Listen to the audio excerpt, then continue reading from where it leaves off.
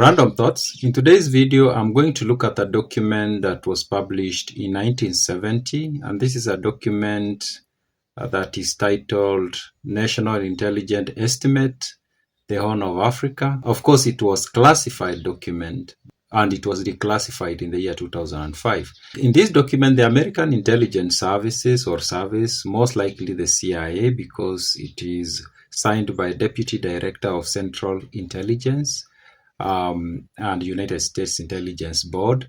And in this document, the Americans are trying to analyze the risks that existed in the Horn of Africa and the likelihood of the instability in the region growing over time. And in this document, they talk about two major causes of instability in the Horn of Africa.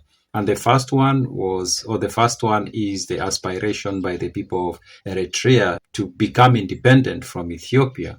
And the other one is the policy of Somalia to seek the Greater Somalia. Of course, that means taking parts of Ethiopia that are inhabited by Somali ethnic people and also parts of eastern Kenya to join the Greater Somalia Republic. They talk of several scenarios on these two issues, but I'm going to talk more about the issue of Somalia trying to get parts of Kenya and parts of Ethiopia to become, of course, part of Somalia. And the document talks about what is likely to happen and the best chance that Somalia has to get those parts becoming part of Somalia.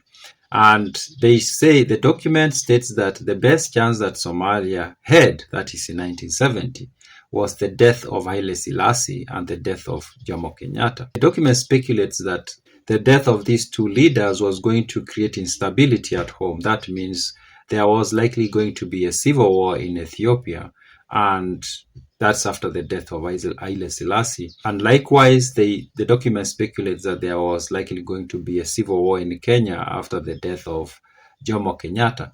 And now the document, of course, states that with that happening, Somalia was likely going to have an easier way of course, taking over those regions. I'm going to read the summary section of the document. The document is quite long. Remember, when this document is published, these two were still around. They were alive, but they were very old.